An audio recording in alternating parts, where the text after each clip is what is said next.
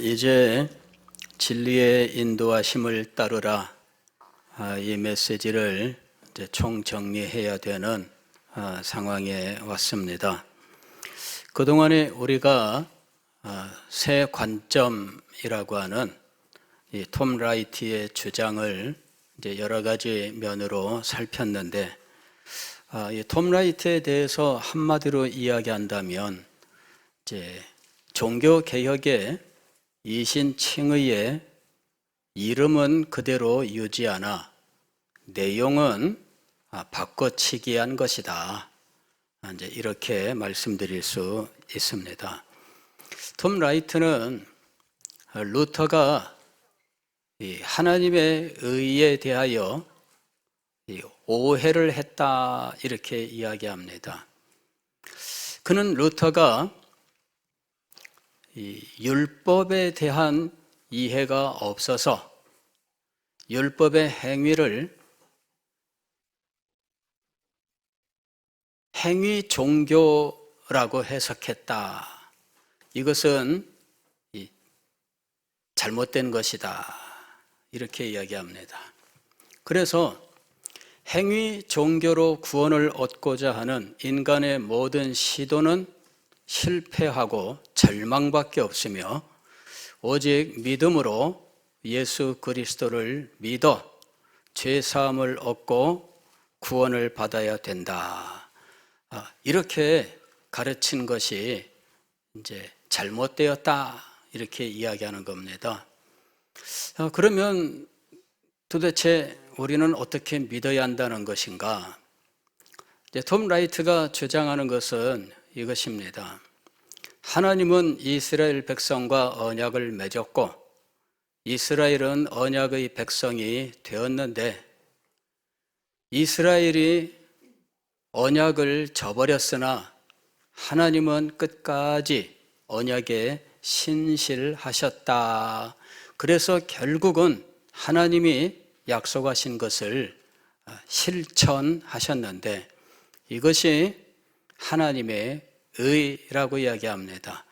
그리고 이 약속의 실천은 죄인들을 의롭다 하는 이 법정적 선언으로 나타나는데 이것이 바로 칭의다라고 이야기하는 것이죠. 하나님께서 죄인을 의롭다고 하신다는 겁니다. 이것이 칭의다라고 이야기하는 것입니다. 그래서 이 이스라엘의 메시아인 예수 그리스도를 믿음으로 그는 하나님께로부터 의롭다 이렇게 이제 인정을 받는다 이렇게 이야기하는 겁니다.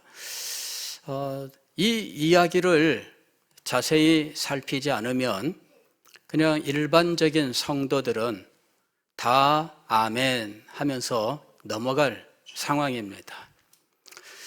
자, 여기서 문제가 되는 것은 무엇일까? 하나님께서 죄인을 의롭다 하는데 죄인을 의롭다 하는 그 근거가 무엇이냐 하는 것입니다. 그것은 하나님의 신실하심이다. 이것이 이제 톰 라이트의 주장입니다. 하나님은 약속하신 것을 성취하셨다. 약속대로 실천하셨다. 이게 하나님의 의라는 것이고 이렇게 약속을 실천하신 의로우신 하나님이 죄인을 의롭다고 선언하셨다. 이것이 칭의라는 것입니다.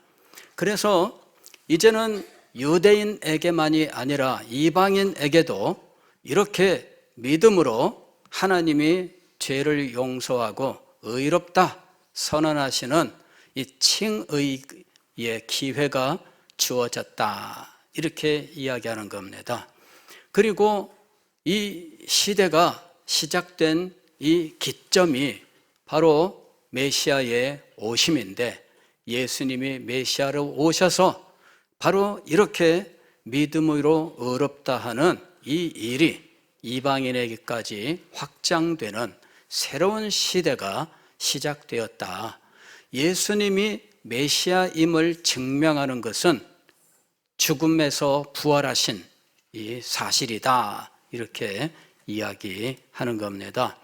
그래서 언뜻 보면은 기독교의 진리들을 그의 주장에 다 담고 있는 것을 볼 수가 있습니다. 그러나 진짜 문제는 무엇인가?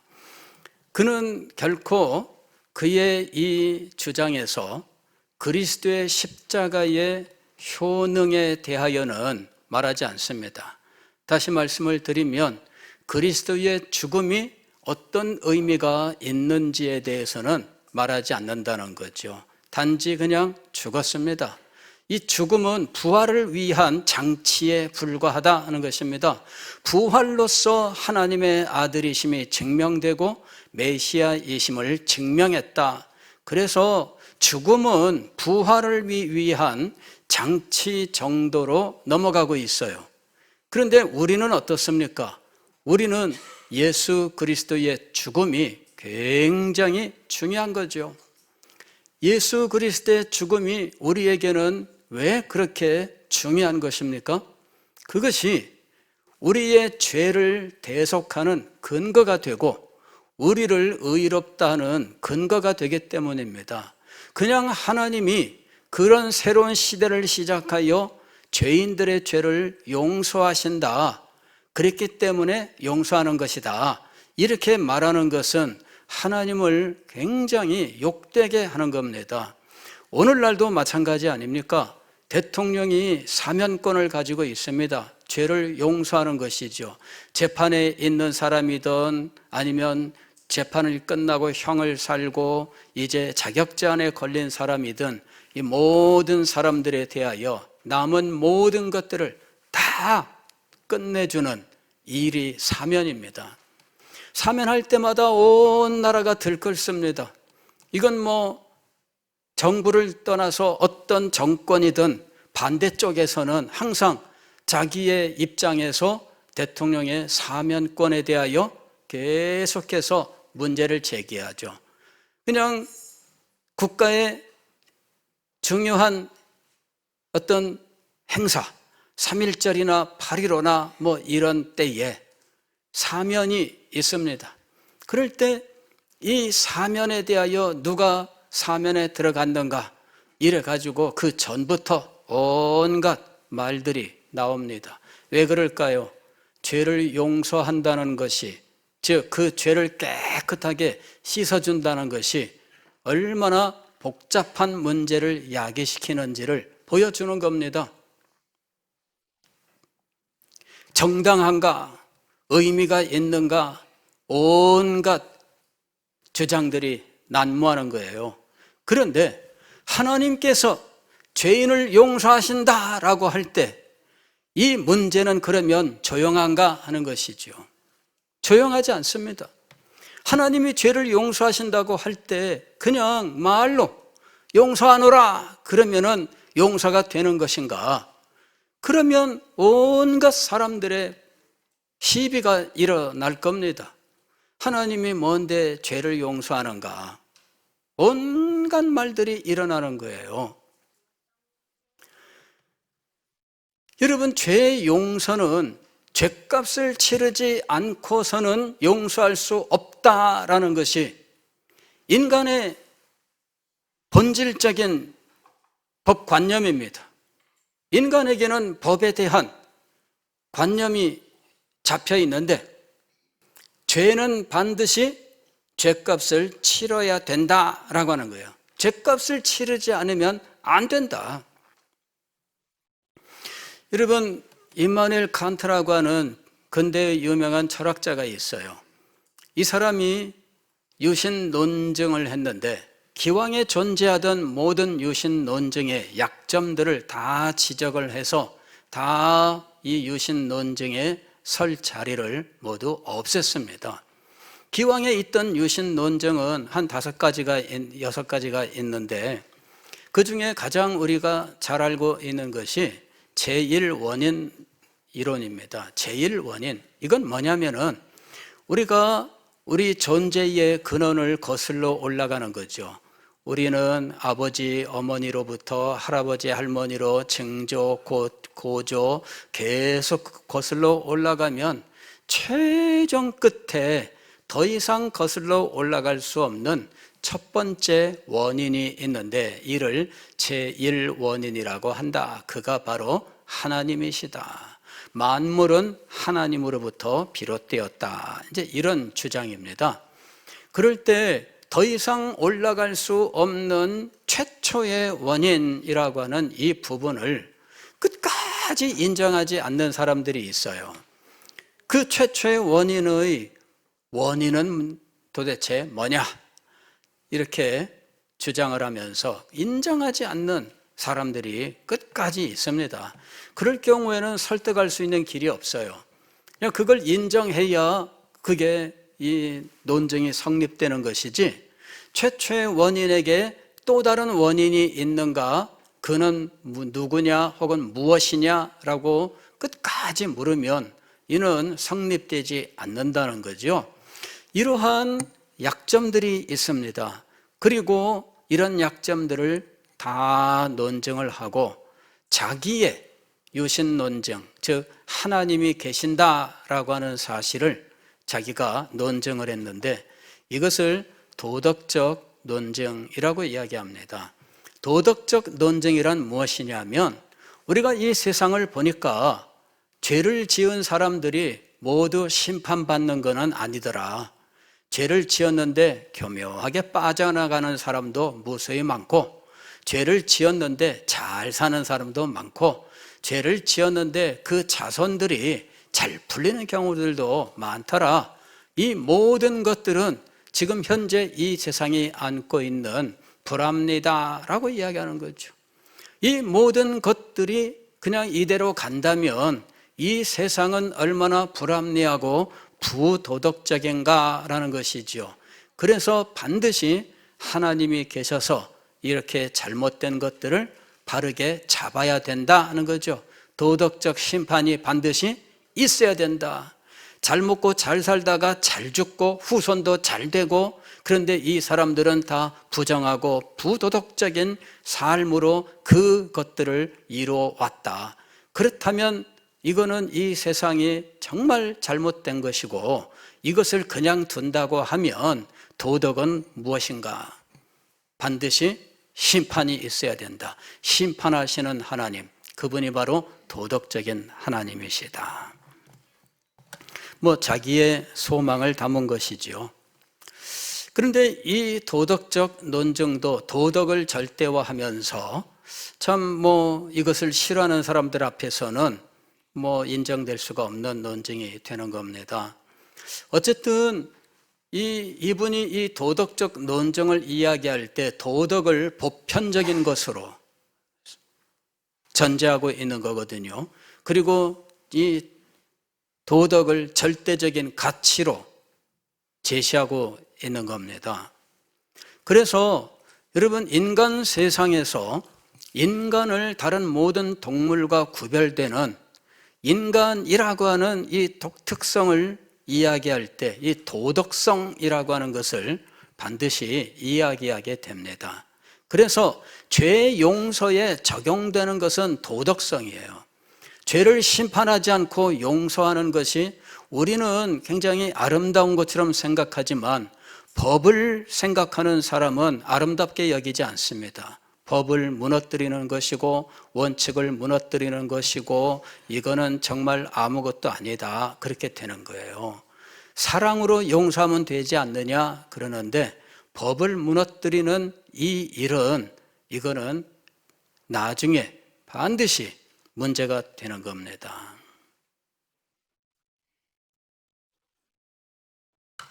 하나님은 우리가 성경을 볼 때 그냥 용서하신 분이 아닙니다. 죄에 대하여는 반드시 심판을 하시는, 그리고 심판과 더불어 용서를 하시는 일을 하신 겁니다. 이것이 바로 예수 그리스도의 대속의 비밀이에요. 대속이라고 하는 것은 대신 값을 치름이라는 것입니다. 이것이 대속이라는 글자의 의미인데, 대신 무슨 값을 치르신 겁니까? 죄값을 치르신 거예요. 예수 그리스도께서 죄값을 대신 치르고 그 값을 치렀으므로 그거에 근거하여 죄인의 죄를 용서하는 거죠. 이것이 대속의 의미입니다. 이렇게 하나님은 그냥 말로만 용서하노라 이렇게 한 것이 아니라 그냥 죄를 간과하사, 즉 죄는 보지 않고 용서하였다 이렇게 얘기하는 거죠. 그러나 진실은 무엇입니까? 진실은 죄를 심판하시고 용서하신 거예요. 심판은 죄가 없는 분에게 행하시고 용서는 죄인에게 행하신 것, 이것이 구원의 비밀입니다. 그리스도는 바로 이 죄가 없는 분으로서 죄값을 대신 담당하신 거죠. 이것이 그리스도의 대속입니다. 그리고 이렇게 죄 없는 분이 대신 죄값을 치르심으로 죄인은 그 사실을 믿음으로 죄 용서를 받는 거예요. 믿지 않으면 죄 용서를 못 받습니까? 여러분이 이런 계약을 보시면 됩니다. 어떤 사람이 계약을 했는데 지금은 확인 작업을 합니다. 요새는 이 홈쇼핑에서도 보험 상품 판매하고요. 그 다음에 이 텔레폰, 그 전화로 보험 상품 판매하는 일들 아직도 많이 있습니다. 그럴 때에 반드시 이 해피콜 이거를 하게 되어 있습니다. 확인하는 전화가 오는 거예요. 확인 전화가 오는데, 그래서 얘기합니다. 장우익 선생님이십니까? 예. 이번에 이러이러한 보험, 이렇게 가입하셨습니까? 예. 그러면 지금부터 약관을 읽어드릴 텐데, 예라고 대답하시면 되겠습니다. 그래요. 거기까지는 친절해요. 그 다음부터는 나 이미신 여호와여 내가 주를 사랑하나이다. 여호와는 나의 반석이 나의 외세이 나의 간증이니 믿습니까? 이렇게 되는 거죠. 나는 내용도 제대로 모르는데 일단은 까 하고 나오면은 예 대답하는 거예요. 나의 하나님이신 내가 그 안에 피하는 나의 바이신 나의 법이신 나의 구원의 뿌리는 나의 산성이 예수다. 그러면은 거기서 또 뭐라고 했냐면 이거를 인정하십니까? 그러면은 까 소리만 듣고 네 하고 대답하는 거죠. 내용은 몰랐어요. 그러나 지금부터 하는 모든 것들은 녹음이 됩니다. 그래갖고 녹음되어 있는 거예요. 나중에 약관을 읽어줬느냐 이거 여러분 거기에 내가 동의했느냐 이거 정말 중요한 거예요. 예전에 어떤 일이 있었느냐 하면은 우리 친구가 저한테 내가 이번 달에 이 친구가 이제 보험회사 다녀요. 보험 이거 한 달 이게 그 기준이 있습니다. 달성해야 되는 목표가 있는데 이게 안 됐으니 네가 좀 한 거자만 들어다고. 그래가지고 돈도 없고 맨날 지금 절절매는 부목사한테. 그 친구는 현실적으로는 저보다 더 잘 살아요. 근데 나한테 들어달라는 거예요. 그리고서는 그저 내가 다 해서 넣어놓을 테니까 너는 카드 번호만 불러줘라 해가지고서는 다 했어요. 그런 분들 많죠. 그래갖고 이제 나중에 일이 생겨서 보험을 타려고 하는데 보험회사 계시면 용서하십시오. 보험회사 사장님은 안 계시니까 보험회사 놈들이란 참 가입할 때는 막 다 괜찮다고 해놓고 돈 주려고 하니까 이 사인 네가 했나? 그러는 거죠.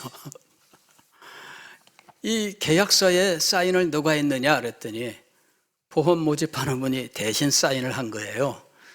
그때는 받아줬어요. 그런데 돈 나갈 때 되니까 이 사인 누가 했나? 내가 안 했는데요. 나는 그냥 돈만 냈는데요. 돈 내는 것이 문제가 아니라 사인이 문제입니다. 돈 못 줍니다. 이렇게 된 거예요. 이래가지고 돈을 못 받은 사람들이 굉장히 많아요. 이게 뭐냐 하면은 본인이 아무리 계약 조건이 좋아도 본인이 내용을 알고 그 내용을 진정으로 인정하고 거기에 사인을 해야 된다. 이게 계약의 원리예요. 계약의 원리. 난 내용도 모르고 저 사람이 사인했습니다. 내가 돈 받을 때는 전혀 이게 인정받지 못합니다. 근데 돈 빼갈 때는 인정받더라고. 그죠? 예. 돈 빼갈 때는 인정받아. 근데 내가 돈을 받아야 될 때는 인정을 못 받는 게 이게, 그래서 이제 보험회사 놈들은 이런 말이 나오는 거예요.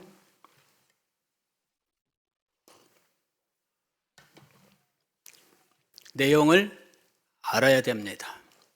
내용을 인정해야 됩니다. 그 일에 대하여 동의하고 사인을 해야 됩니다. 이게 믿음이에요. 예수 그리스도께서 대신 죄값을 치르셨습니다. 그런데 그것이 나에게 효력을 발휘하기 위하여 나의 지식, 내용을 알아야 돼요.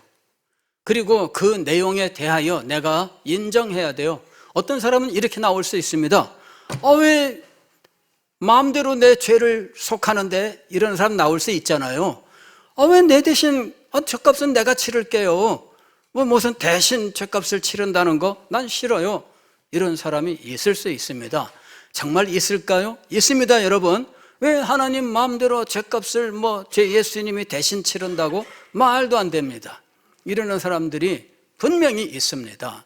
그래서 내용을 알고 본인이 인정하고 동의해야 됩니다. 죄값을 치르는 것을 반대하는 이유는 나는 죄인이 아니야, 이런 사람들이기 때문입니다. 내가 무슨 죄가 있어, 죄가 없는데 무슨 죄값을 치러, 이런 사람들이 반드시 있기 마련입니다. 그래서 이 내용을 알아야 되고 그 내용을 인정해야 되고 마음속에 동의하고 진정으로 내가 그것을 원합니다 해서 사인을 해야 돼요. 이것이 믿음입니다. 믿는 자에게 죄 사함과 이 죄값을 대신 치른 이 효력이 임하는 겁니다. 이게 이제 대속이 우리에게 효과를 발휘하게 되는 과정이에요. 그런데 죄값을 아무나 그냥 대신 치른다고 하면 되는 것인가? 그렇지 않습니다. 하나님께서는 죄값을 대신 치르는 자격을 가진 존재를 세우신 거예요. 그냥 죄인이 내가 죄값 대신 치를게 그러면 이런 자격이 안 됩니다. 그는 자기 죄로 말미암아 죽는 존재이기 때문에 누군가를 위하여 대신 죄값을 치를 수 없습니다. 자기도 파산했는데 누구를 위하여 무슨 빚 보증을 선다는 이야기입니까? 보증을 서려면 그래도 뭔가 가진 게 있어야죠. 그런데 죄값을 대신 치를 수 있는 이 분은 조건이 있습니다. 이분은 죄가 없어야 한다 하는 것입니다. 그리스도는 죄가 없으신 몸으로 이 세상에 오셨습니다. 그리고 죄가 없으신 분으로 이 세상에 오시기 위하여 하나님께서 정하신 방법은 동정녀 마리아에게서 탄생하시고, 즉 부정모혈이라고 하는 방법이 아니라 성령으로 잉태하사 동정녀 마리아에게 나시고라는 방법으로서 무죄하신 그리스도가 이 땅에 오신 겁니다. 그리고 그분이 죄값을 치르기 위하여는 그 죄가 그리스도에게로 옮겨가는 이 일이 필요했다 하는 것입니다. 죄인의 죄가 그리스도에게 옮겨가야 돼요. 그래야 죄값을 치르는 겁니다. 이렇게 죄인의 죄가 그리스도에게로 옮겨가는 것이 바로 죄의 전가라고 하는 것입니다. 이분은 자기의 죄가 아니라 남의 죄를 자기의 죄로 인정받는 겁니다. 이게 죄의 전가입니다. 그리고 이분의 의로움을 전가받는 것이 의의 전가라고 하는 것입니다.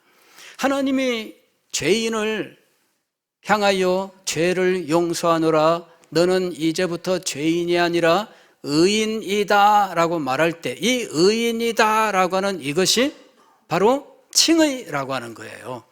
이 모든 것들이 무엇에 근거하고 있느냐?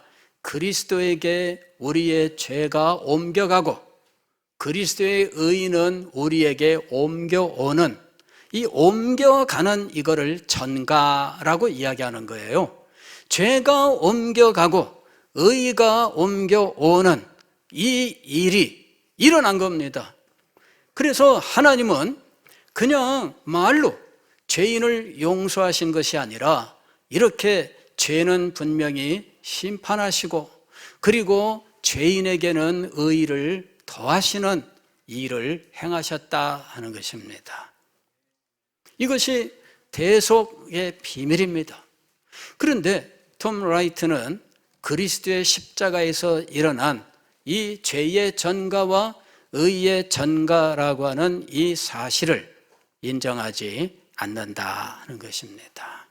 그냥 하나님이 이스라엘 백성들에게 약속하신 메시아를 보내셨고 이것은 하나님의 신실하심인데, 이 하나님의 신실하심이 나타난 이 시대는 새로운 시작으로서 이방인들에게도 이제는 하나님이 믿음으로 의롭다 하는 이러한 일을 행하신다, 이렇게 이야기하는 거예요.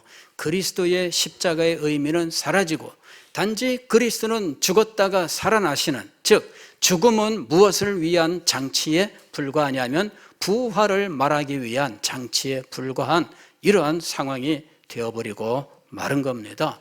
십자가가 중요하지 않습니다. 그는 죽음은 그냥 부활을 위한 것일 뿐입니다. 그래서 그리스도의 죽음의 의미가 그의 구원론에서 자리가 없다 하는 것입니다. 인류의 죄에 대해서 한마디 하기는 하지만 그것을 용서하기 위한 이것도 그냥 단지 이스라엘을 선택하신 이유는 세상의 죄를 해결하시기 위하여 이스라엘을 선택하시고 사명을 주셨는데, 이스라엘은 이 사명을 감당치 못하여 메시아가 오셔서 이 메시아가 이스라엘을 대표하여 이 사명을 감당했다, 이렇게 이야기합니다. 메시아는 이스라엘의 대표자다 이야기하고, 메시아가 이스라엘이 해야 되는 이 세상의 죄를 해결하는 이 사명을 대신 감당하셔서 이방인들에게 구원의 길을 여셨다, 이렇게 이야기하는 거예요. 메시아는 단지 이스라엘의 대표자인가? 그렇지 않죠. 예수 그리스도는 하나님과 인간 사이에 유일하신 중보자입니다. 그래서 그분이 하나님의 은혜를 우리에게, 그리고 우리의 모든 사정을 하나님에게, 그리하여 중간에서 중개하고 역할을 하시는 분입니다. 그 일을 하는 이 중보자로서 그분이 대속의 제물이 되셔서 하나님과 인간 사이에 죄로 말미암아 벌어진 이 간격을 붙여 놓으신 거예요. 이게 그래서 그리스도의 십자가의 의미를 화목제물이라고 이야기하는 겁니다. 이거는 속죄의 제물이면서 화목제물인 이유는, 속죄라고 하는 것은 죄값을 치르는 것이고 화목하다고 하는 것은 죄값을 치러 원수되었던 관계가 회복된 것을 말하는 겁니다. 이것이 십자가의 의미인 것이지요. 그런데 이 십자가가 빠져버리는 기현상을 보여주고 있더라 하는 것입니다.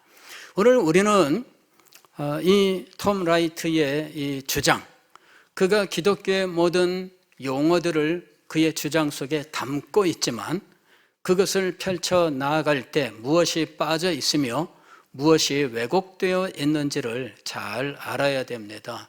이것을 잘 설명하는 것도 어렵고 이것을 잘 이해하기도 어렵습니다. 그러나 저는 여러분들에게 할 수 있는 대로 이 내용을 잘 설명하려고 노력을 했습니다.